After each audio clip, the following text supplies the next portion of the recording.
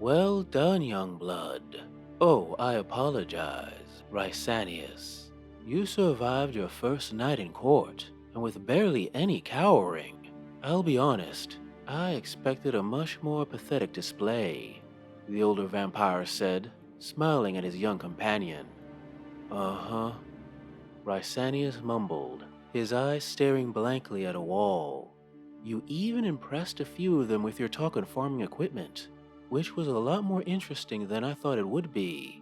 Uh-huh. Everything was going so well, until you tried out that new concoction from the Sanguinarch. I should have warned you that she likes to test rather experimental brews on young bloods such as yourself. Uh-huh. How about this? As you slowly recover your sense of self that concoction shattered, I'll do as I previously promised, and tell you all about the Vampire Dynasties. How does that sound? Uh-huh. Right. According to legend, the first vampires from which all others stem were Neferata, the Mortarch of Blood, and Manfred, the Mortarch of Night. Well, technically there was a third, Eucharon, but considering he is the sire of the Flesh-Eater courts, most Soulblights try to make believe he never existed. Now from these two original vampires, the Soulblight curse spread across the realms, and over time, differences in cultures and beliefs began to manifest, as groupings of Soulblight Gravelords that had differing ideas of what it means to be a vampire began to go their own way, forming what we call dynasties. Now I will admit our dynasty is rather small, and does not have much history to speak of. That will hopefully change in the next few centuries. But, if you want an idea of what a dynasty like ours could become, why don't I tell you of a few of the most famous and feared dynasties in the realms? When most mortals think of vampires, they think of a midnight aristocracy ruling from the shadows, their twisted and intricate plans undermining the good works of the forces of order, as they laugh menacingly on their bone thrones and sip virgin blood from bejeweled cups. Although this image is an exaggeration, there is one dynasty of vampires that comes close to fitting it, the Vampires of the Legion of Blood, a dynasty that perfectly reflects the intricate and devious mind of its head, Neferata. Ruling from her opulent city of New Lamia, Neferita watches as the various vampire lords of her court bicker and scheme against each other to undermine their peers and catch the lady's eye, and beyond the walls of her city, in the few human nations she allows to exist in her domain, the various mortal nobles of those kingdoms are constantly kept at each other's throats, weakening any potential threats, and allowing Neferata to identify any potential candidates to be gifted with her blood kiss and join her dark domain. These plots from vampire and human alike take many forms and are many in number, but each one is perfectly seen and understood by the careful eyes of Neferata, a vampire who thrives on intrigue, and finds the infantile games of her lessers a wonderful distraction. For Neferata's greatest weapon is her intelligence, and her favorite tool is manipulation, a tool forged from a depthless cunning honed through millennia of scheming. Mastering that tool is vital, for it is Neferata's duty to be the Great Necromancer Nagash's spy master and agent of anarchy, and over the thousands of years she has existed, she has turned this duty into an art form, weaving a web of corruption so vast in scope and staggering in its complexity that none save Neferata herself have any hope of fully unraveling it. Because of her and her agents, many mortal-held territories have secretive blood cults, vampiric covens, and underground societies of necromancers, each one a small part of one of the oldest spy networks in the mortal realms. But her gift for uncovering secrets is not just used to undermine kingdoms. Facing her and her servants on the battlefield is a lesson in futility, for she and her commanders prize secrets, especially military secrets, and use them to their advantage to outwit their pathetic mortal opponents.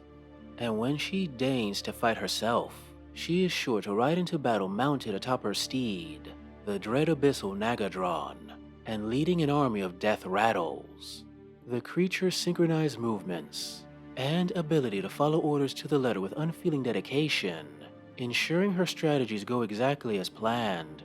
And when she is personally amongst the unfortunate enemy, her dagger of jet, Akhmet Har, ends foes with the merest touch, while her staff of pain, Akin Seth, laces her spells with energies that causes her victims indescribable pain, allowing her to toy with them, before gifting them the release of death with her fangs. Where the Legion of Blood is all subtlety and secrets, the Legion of Night is brute force and brutality, following the belief of its founder, Manfred von Karstein, that things such as honor, morality, and notions of prideful dignity are nothing more than impediments to victory. The Dynasties Vampires committing actions that even other Soulblight Gravelords will raise an eyebrow at. This is due to the fact that they are easily the cruelest and most callous of our kind, considering any mortal they see as simple chattel that can be put down as any food animal, and not worthy of even a modicum of respect. It is said that if any one of their vampires displays any reservation or hesitation concerning their orders, they are struck down immediately and replaced with someone more than willing to do the dirty work. Manfred, through his dynasty, also controls more raw military strength than any other vampire lord, a strength he uses with impunity as he sends vast hordes of death rattles and dead walkers into the grinding press of war, knowing he can easily replace his losses, since he is one of the greatest necromancers in the mortal realms, with only Nagash and Arkin the Black being stronger. This might make you think Manfred is a simple brute, but that is not the case. He is a vampire of ambition, believing that no one is invincible, even the god of death Nagash himself. His sights are clearly on the necromancer's throne, not that he is going to aim for it quite yet. He isn't stupid, and is more than willing to wait for the right time. No vampires are as martial-minded as the Castellet. To them, war is not a means to an end, but an obsession. They constantly seek to test themselves against worthy foes, seeing such a task as the only honorable way to spend their eternal existence. All vampires of the Castellet dynasty reside in the Crimson Keep, but this is no simple building. It is a fortress steeped in dark magic that shifts to a new location every night.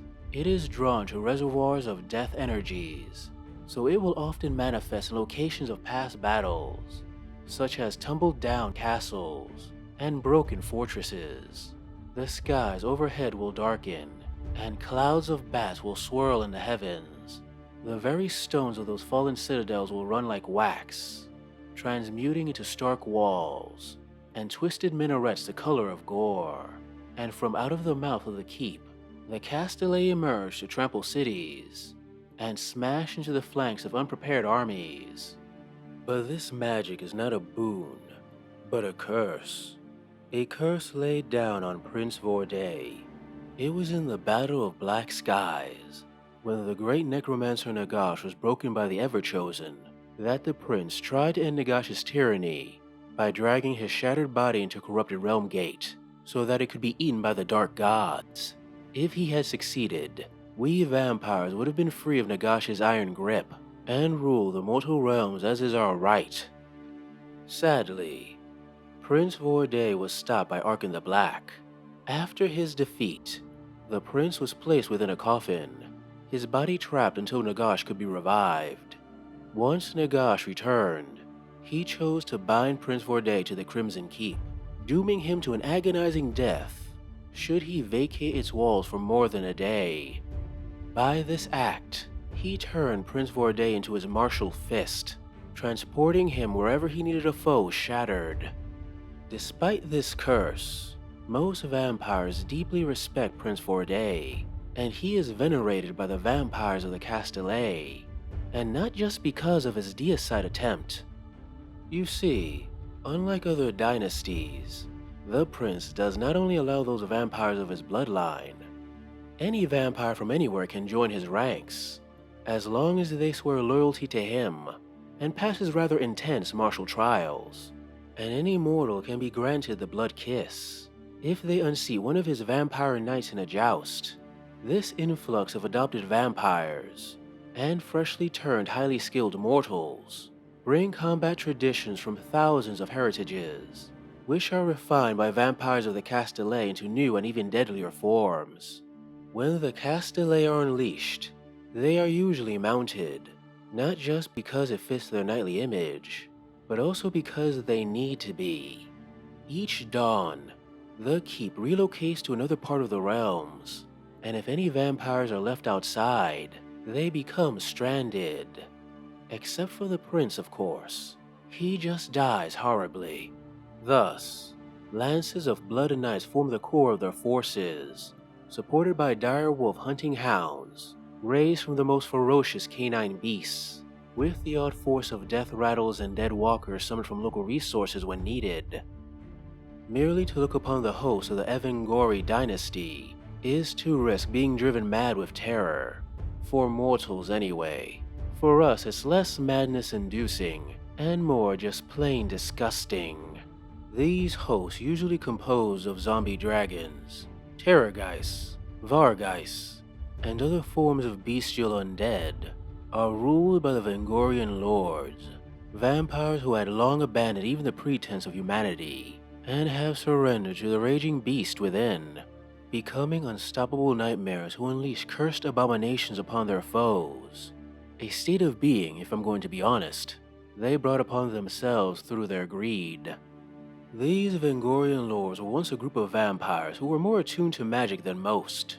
They had detected the first stirrings of Nagash's new sorcery, the Great Spell of Demise, and tried to get as close to Nagashazar, the source of this magic, as possible, residing in nearby towns to perhaps siphon some of the spell's energies to increase their own power. When the Necroquake occurred, they got much more power than they bargained for even they could not endure such potent ending magics, and remain unchanged. Ask any of these Vangorian lords about their new state, and they will claim they have mastered the magic of the Necroquake, that they have chosen to embrace their monstrous side, and seek to commune with the dark depths of the Soulblight curse, the nightmare miasma that surrounds them, proof of their power, as it causes shining blades and hallowed relics to rust and soften in their presence. But in truth, they recognize that they are abominations. They will wear elaborate ballroom masks and monstrous form-fitting gowns made from stitched-together flesh to social events, and even fill their goblets with scabbed and clotted blood, so they don't see the reflection on the blood's surface. Even when they are on the battlefield, they order their minions to smash any mirrors they see, to make sure they don't accidentally see their horrendous form. On the battlefield, they all act like packs of bloated vampiric predators, ripping foes apart in orgies of bloodlust. Thankfully, the Evangori may have a savior that may guide them towards a better way. Laka Ve. Laka Ve was one of the finest of the Askurga Renkei, an order of vampire knights with a firm code of honor. Great believers in acting noble in battle, martial training, and not preying on the weak. Not because they loved or protected humans, but because they viewed it as much more honorable to drink from worthy foes. They're also trained in the art of drawing deep upon the beast within, without succumbing to it, showcasing a willpower that few other vampires could ever hope to match. Sadly for the mortal realms, this impressive order is not around anymore. During the Age of Chaos, the Order fought bravely, facing down many chaotic foes, but it was during their final battle that Laka was thrown into a pit of primordial Gurish magic. Although she somehow survived, she emerged changed. Her body warped into a hideous form, and her fellow knights, seeing her new body, attempted to slay her, convinced she had become corrupted. Which is a fair reaction, considering they were fighting chaos at the time. Outraged at her former peer's apparent betrayal, and still freshly infused with the primal energies of Gur, Laka went into a frenzy, tearing apart her former brothers and sisters of the Order. When she finally came to her senses, she became horrified at what she had done, fleeing into the desert to live in isolation. That wasn't until the Avangori sought her out. Hearing stories of this powerful monstrous vampire, they had become convinced that Laka was a symbol of what the Avangori could be, a paragon of their dynasty. Laka wasn't really a fan of a bunch of savage monsters calling her their queen, but she had been alone for quite a long time, and couldn't deny it felt good to finally have some companionship. She has essentially become the Avangori's conscience, as she tries to point their bestial bloodlust on worthy foes, such as the forces of chaos and destruction. And it is said that her will is so strong that even the extremely aggressive and wild corpse monsters favored by the Avangori fight with a focus most thought impossible. In the dark, freezing forests of Shaiish, you will find the territories of the Virgos Dynasty. This dynasty is rather unique amongst the Soulblight Gravelords, for it is claimed by its vampires that their curse does not originate from either Neferata or Manfred. According to rumor, the first of the Virgos, Belladonna Volga, bargained with the undead god beast Hrunspul, the Hound of Carns, and, for whatever reason, he cursed all of Belladonna's line to reflect the qualities of one of the many totemic animal spirits venerated by the strange tribal culture of the region, the wolf being the most powerful of them. The version of the curse within the Virgos is a potent thing.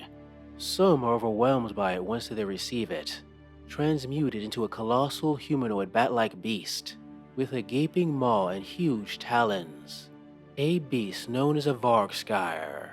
Some others have the will to control it, but only barely. These are the Vikos Bloodborne, cruel and swift hunters, forever on the verge of being overwhelmed by their curse. But those with the strongest wills, however, become the true powerhouses of this dynasty. The first of the Virgos, and now its wizened matriarch, Belladonna Volga is, well, terrifying. Not because of her strength with a blade, although it is impressive, but because of her strength in sorcery. Through it she is able to command the curse like no other, capable of transforming anyone she wishes into a powerful and loyal dire wolf. It is even said that the hulking wolf she rides, Rothabak, was once a suitor who had displeased her. Lady Anika is a wraith-thin vampire, whose curse does not manifest as the usual fury and cunning of her Virgos ilk, but instead as an endless thirst, a thirst that can never be sated, as she orders her minions to abduct people on a massive scale, in a fruitless attempt to quench it. Her chambers are full of messily exsanguinated corpses that are quickly replaced with fresh new victims on a daily basis, and her weapon, the Blade Proboscian, is capable of draining blood from a foe with the merest scratch. And one of the most well-known of the Virgos is Radukar the Wolf, a vampire who, as an aging mortal man, actually sought out the Virgos to demand the curse.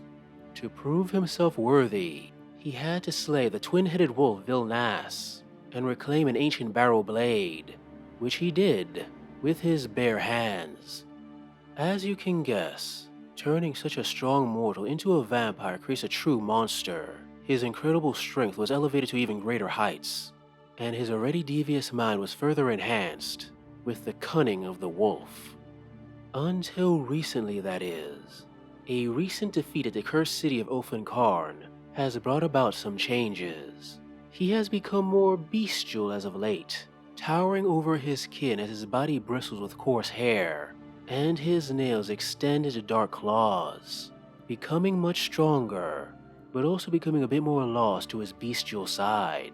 I guess I should also mention Kridza. He was once a mortal noble of Ofinkarn, who had tried to betray Rudikar, not for any selfless reason, but to ingratiate himself with the city's liberators. Once it became clear they had a good chance of winning, Radukar found out, and nearly killed him. Kridza was able to flee through what I can only assume was luck. Hiding in a corpse cart, he survived by consuming the brackish blood of rats, which is a fantastic if cowardly story of survival all by itself. But what Kridza didn't know is that during his thrashing, Radukar had gifted him with the curse. As the curse took hold, the unique nature of the Virgos bloodline and the blood of the rats he consumed had a rather strange effect on him, making him more rat than wolf-like. He usually spends his time in sewers, and when he is threatened, he can transform into a pile of rats that scurries off into the shadows, only to return to stab his opponent in the back. Truly, the best example of his dynasty. As promised, some examples of various dynasties you might encounter in the mortal realms. Any questions? Rysanius, seeming to finally be aware of the older vampire's presence, quickly twisted his body with unnatural speed in his direction, before leaping forward, his eyes the color of clotted blood, and his fangs extended to rip out the older vampire's throat. A leap that ended rather quickly, as the older vampire casually slapped him aside, slamming Rysanius' head onto a stone wall, and knocking him unconscious. I better not have to explain all of that to you again. The older vampire sighed, as he grabbed Rysanius' left heel, and began dragging him to his chambers.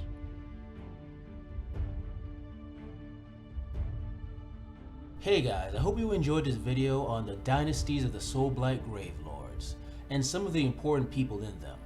If you like it, please like, subscribe, comment, press the little bell so you never know whenever I post, etc, so the YouTube gods know I exist, and hopefully more people who might be interested in my comment can see it. If you really liked it, please consider giving it to my Patreon or my Ko-fi account. The extra money gives me a chance to work on these stories I love. Anyway, thanks for listening / watching, and see you next time.